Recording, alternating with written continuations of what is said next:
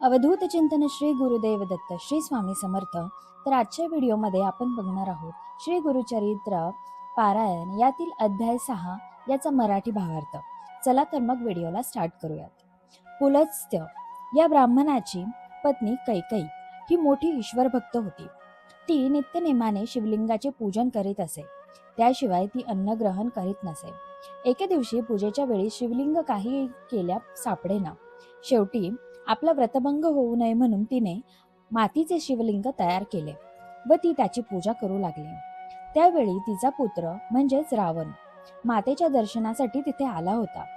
आईला नमस्कार करून त्याने मातेला विचारले, तू कोणाची पूजा करतेस व कशासाठी करतेस? तेव्हा कैकई म्हणाली, शिवलिंगाची पूजा केल्याने कैलासपद प्राप्त होते.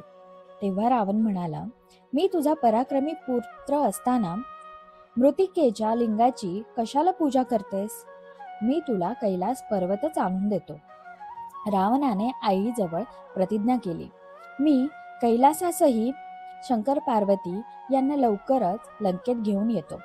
असे म्हणून तो त्वरित शुभ्र सुंदर कैलास पर्वताजवळ आला आणि आपल्या 20 हातांचा जोर लावून कैलास पर्वत उपटू लागला. शेवटी आपल्या 10 शिरांचा जोर लावून कैलास पर्वत उचलण्याचा प्रयत्न सुरू केला. कैलासावरील देवगण भयभीत झाले. पार्वती भिवून शंकराजवळ आल्या. कैलासाला काय झाले? असे हादरे का बसतात? असे विचारू लागले. तेव्हा शंकर तिला म्हणाले, तू चिंता करू नकोस. रावण हा माझा भक्त भक्तीचे खेळ करीत आहे. हे ऐकून आपण सर्व देवगणांचे रक्षण करावे, असे तिने शंकराला विनवले. उमेचे विनंती ऐकून शंकराने डाव्या हाताने कैलासाला दाब दिला. त्यामुळे रावणाची 10 मस्तके व 10 पर्वत आणि जमिनीच्या सांध्यात अडकले. त्यामुळे रावण भक्तीने विनवू लागला व आपल्याला या संकटातून सोडवावे म्हणून प्रार्थना करू लागला. रावणाची विनंती ऐकून शंकराने त्याची सुटका केली. तेव्हा रावण शंकराला म्हणाला, कैलास पर्वत लंकेला न्यावा या कारणाने मी इथे आलो आहे. कारण शंकराची नित्य पूजा करावी असे माझ्या मातेचे व्रत आहे. तेव्हा शंकर म्हणाले, जर पूजेचे एवढे अगत्य असेल तर कैलासच काय घेऊन बसलास? मी तुला माझे आत्मलिंग देतो. तुझ्या मनातील वासना पूर्ण करेल असे हे आत्मलिंग आहे. हे लिंग म्हणजे माझा प्राण आहे. त्याच्याजवळ हे लिंग असेल त्याला मृत्यू नाही. याचे दर्शन घेतल्याने सर्व दूर नष्ट होतील. परंतु हे तुझ्या नगरात घेऊन जाताना वाटेत कुठे ठेवू नकोस. तुझ्या नगरी नेल्यानंतर 3 वर्ष तू याची पूजा कर, म्हणजे तुला ईश्वर प्राप्त होईल. हा सारा प्रकार देवर्षी नारदाला कळाला. तो अत्यंत त्वरेने इंद्रलोकास आला. नारद इंद्राला म्हणाला, शंकराने रावणाला अमरत्व दिले आहे. लंकेश्वर रावणाला शंकराने आत्मलिंग दिला आहे. त्यामुळे आता अमर होणार. हे ऐकून इंद्र नारदाला म्हणाला, नारदा, आता यावर काय उपाय करायचा तो तू लवकर सुचव. तेव्हा नारदाच्या म्हणण्याप्रमाणे इंद्र नारदासह ब्रह्मदेवाकडे गेले व झाला प्रकार ब्रह्मदेवाला सांगितला.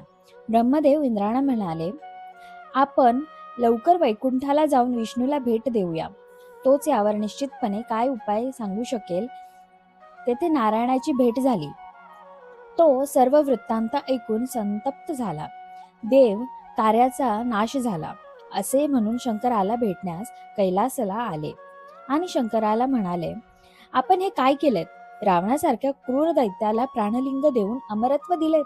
त्यामुळे सर्व देवगणा त्याच्या घरी गेला. तो आता स्वर्ग नक्कीच हस्तगत करील.